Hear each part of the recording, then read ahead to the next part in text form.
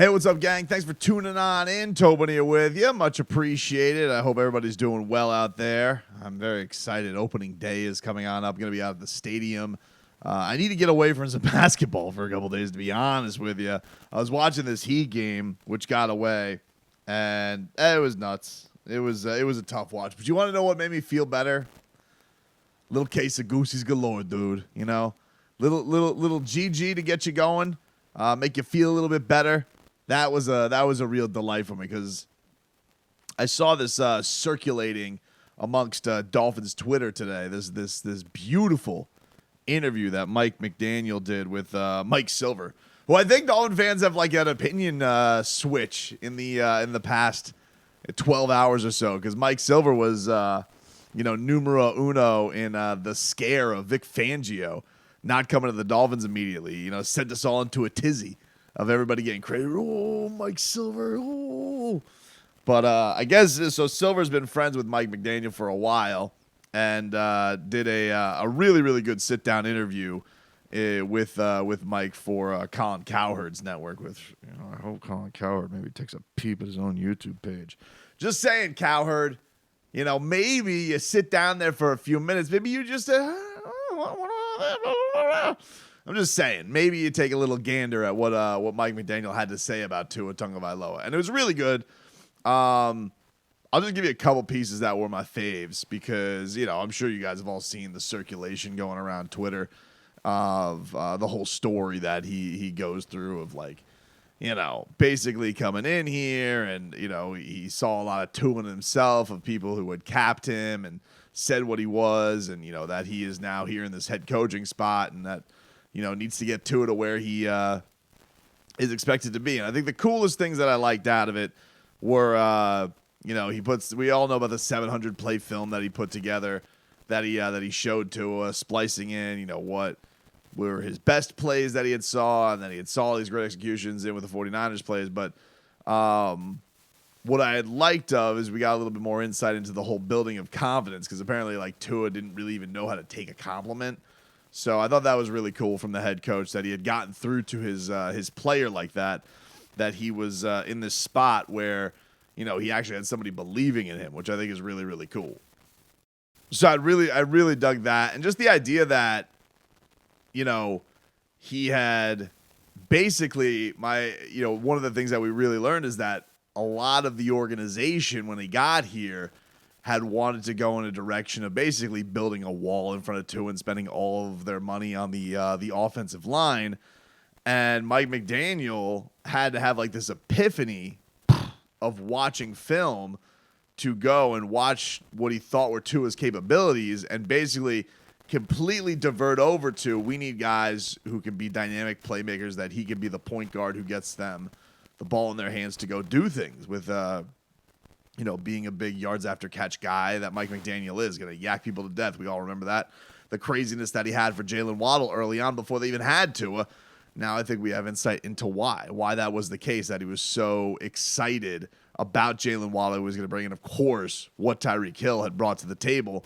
And so this infamous 700 play reel had kind of become the foundation of the direction the team went into, which was a super exciting offense that, lo and behold, top 6 offense in the league, best receiving tandem season in Dolphins history. And you had gotten a lot of that from what Tua was able to engage with from this offense and Mike McDaniel building him up. And I think the thing that I want to spin forward from the interview that was really, really great, and I do recommend anybody to go check it out, was just the idea that you really continue to get insight into why the guy continues to trust in this quarterback to be the guy to run his system. People will always hit, Tua with, I don't know if he's a franchise quarterback. I don't know if he's a franchise quarterback, system quarterback. And that's become such a taboo word because you don't pay system quarterbacks. You kind of just move on. And I do think that it is interesting because Tua's ability to execute this offense in Mike McDaniel's mind better than anybody that he's seen kind of flies in the face of what everybody else is telling him. And it's just go get an old guy in Aaron Rodgers. Go get Tom Brady. go get Lamar Jackson. Okay, so let me just go and make 100, maybe another 900 play reel. And I'm not saying that Mike McDaniel couldn't do that. Perhaps he could. I'm sure if you gave him the know-how that, hey, Lamar Jackson is going to be our quarterback now, I'm sure Mike McDaniel could build an offense around Lamar Jackson if he had to. But this offense that he knows and that he believes in, that he can execute, he was blown away by the quarterback that he already had. The only team that he had interviewed with, he got the job with, and that he's blown away with the guy that he has and the ability that he has to run the offense. And one of the things that's a little bit nutty in this whole thing is that everybody's looking at it and saying, Tua's a system quarterback. You got to put the piece. All right, well, hold on. You did last year, and it had really good offensive success with a defense that, didn't really live up to expectations. And yeah, of course, the big question of he wasn't healthy at the end of the season. But if you're talking about were they able to execute the plan to perfection, what this guy had laid out for the entire offseason, what they had built up, what they had, put forth in this young player's mind, yeah, he's telling you that he feels like it has worked. And I think that one of the things that I liked is that he had thought that he had grown as just a person in just an amazing way for the whole calendar year, that they had seen a guy that had gone super critical of himself, not a lot of confidence, had been beaten down. There definitely was a tick of that he had gotten hyper constructive criticism with this previous coaching to now, having a guy who really believes in his talent, believes that he's great. So the whole thing was really, really tremendous. And I think just gives everybody the insight. And why I find this funny is, we continue, like I was hate listening to that dope Bill Simmons, and he was like, Lamar Jackson's the ringer.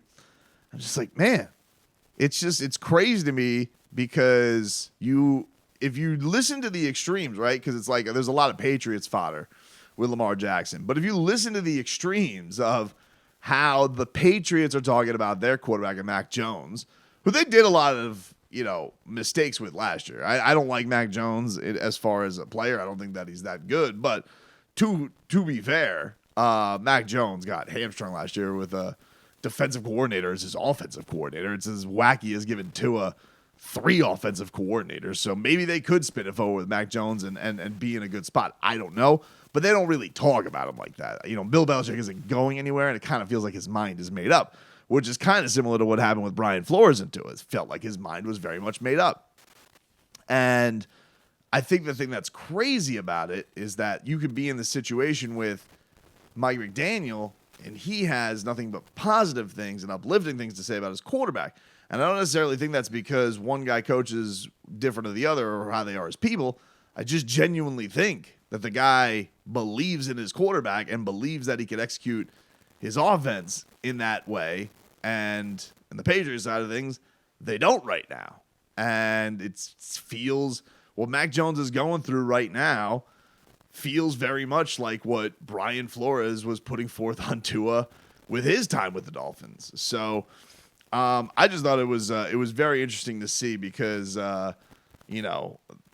it's going to be a debate topic the rest of the, time, it seems like, unless, Tua wins a playoff game. Maybe that'll be one of the silencers, I guess. And yeah, he's got stuff still to prove. Don't get me wrong. I always feel like I have to put that caveat out there, because people get crazy with me. They're like, Tobin, there's so many questions around. You don't know. I'm like, yeah, I don't know. Can he stay healthy? It's a fascinating question.